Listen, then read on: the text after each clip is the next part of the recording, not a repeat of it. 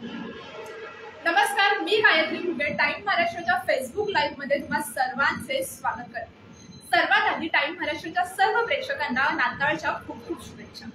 एकीकडे सध्या नाताळची धूमधाम चालू आहे, तर राज्यात देखील अनेक घडामोडी या सुरू आहेत। त्याचबरोबर कोरोना देखील त्याचा थैमान घालत आहे। आज नेमकं दिवसभरात काय काय घडलं, काय सविस्तर घडामोडी आहेत हे आज आपण जाणून घेऊया। सर्वात आधी आपण मुंबई पोलिसांसंदर्भातली एक बातमी जाणून घेऊया। माझी सहकारी सुरुची मी तुम्हाला त्याबद्दलची पुढील अपडेट देईल।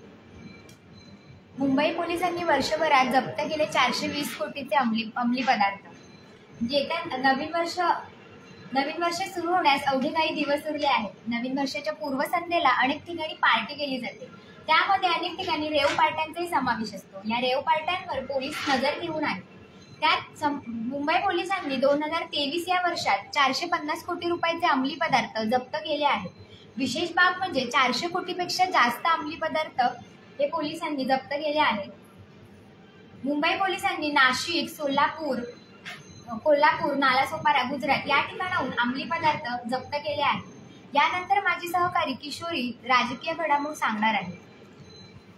नमस्कार, आज देवेंद्र फडणवीस यांना कोयासिन विद्यापीठाकडून मानद डिग्री प्राप्त करण्यात आली आहे। म्हणजे जपानमधील कोयासिन विद्यापीठाकडून त्यांना एक डॉक्टरेट बहाल करण्यात येणार आहे आणि हा समारंभ आहे तो मुंबई विद्यापीठातील दीक्षांत सभागृह येथे उद्या म्हणजे 26 डिसेंबर रोजी पार पडणार आहे।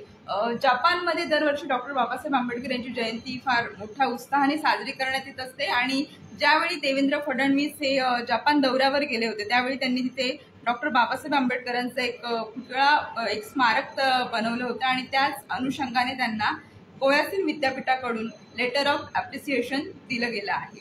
आता पुढे आपण मनोरंजन विश्वातील काही बातम्या आहेत ते माझे सहकारी तेज यांच्याकडून जाणून घेऊया।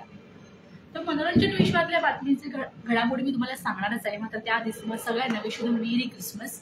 बॉलिवूड अभिनेता रणबीर कपूर आणि आलिया भट्ट हे दोघं नेहमीच कोणत्या ना कोणत्या कारणामुळे चर्चेत येतच असतात। रणबीर आणि आलियाला एक राहा नावाची मुलगी आहे, तुम्हाला सगळ्यांनाच माहिती आहे। आणि आज क्रिसमसच्या शुभ मुहूर्तावर आलिया आणि रणबीरने राहाचा चेहरा सगळ्यांसमोर आणलाय आणि नेटकऱ्यांनी देखील ह्या व्हिडिओला, तिच्या फोटोला चांगलेच कमेंट्स देखील केले। राहाच्या जन्मानंतर 1 वर्षभर या दोघांनीही राहाला समाज माध्यमांपासून दूर ठेवलं होतं। मात्र नुकताच राहाचा पहिला वाढदिवस देखील साजरा झालाय आणि पूर्णपणे राहा आता 1 वर्षाची झालेली आहे आणि त्याचंच निमित्त आणि क्रिसमसचं औचित्य साधून ह्या दोघांनीही राहाचा चेहरा सगळ्यांसमोर आणलाय। त्या तिघांचाही क्रिसमस लुक आपल्याला पाहायला मिळालाय आणि नेटकऱ्यांनी या तिघांच्याही लुकला संपूर्णपणे छान असे कमेंट्स दिलेले आहेत, चांगला प्रतिसाद देखील दिलेला आहे। राहाचा क्यूट अंदाज देखील सगळ्यांनी पाहिला। राहाने घातलेला व्हाईट कलरचा फ्रॉक आणि रेड कलरची चप्पल आणि तिचे डोळे हे सगळ्यांनाच खूप भावलेले आहेत। आणि अर्थातच सगळ्यांनी राहाला जे कमेंट्स केलेले आहेत त्या कमेंट्सवर त्यांनी आलियाला देखील कमेंट्स केलेत की राहा देखील तुझ्यासारखी सुंदर दिसतीये। सो त्यामुळे राहाचा हा अंदाज आणि कपूर फॅमिलीचा आजचा क्रिसमस अंदाज सगळ्यांनाच फारच भावलेला आहे। सो ही होती आजची मनोरंजन विश्वातील घडामोड। मात्र आता पुढे माझी सहकारी गायत्री ही तुम्हाला कोरोनाबद्दलची अपडेट देणार आहे।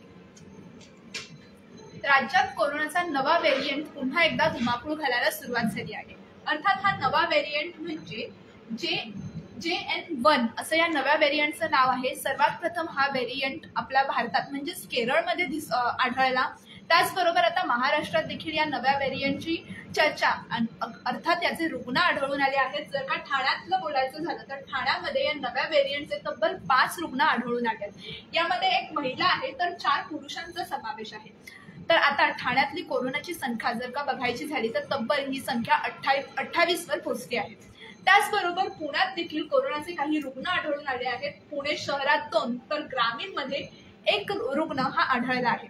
सध्या क्रिसमस आहे, न्यू इयर देखील आहे, त्यामुळे अनेक नागरिक हे कुठे ना कुठे फिरायला बाहेर जात आहेत। त्यामुळे राज्य शासनाकडून देखील त्यांना सांगितलं जात आहे की तुम्ही वारंवार काळजी घ्या।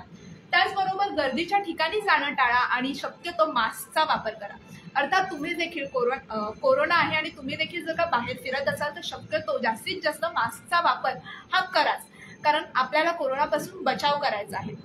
आज तुम्ही टाइम महाराष्ट्राच्या फेसबुक लाईव्ह मधून अनेक नवनवीन घडामोडी जाणून घेतल्या. अर्थात या घडामोडी तुम्हाला कशा वाटल्या हे तर आम्हाला कमेंट बॉक्समध्ये नक्की कळवा आणि अशाच ताज्या आणि नवनवीन डेली अपडेट्स जाणून घेण्यासाठी टाइम महाराष्ट्राला नक्की सबस्क्राईब करा. धन्यवाद.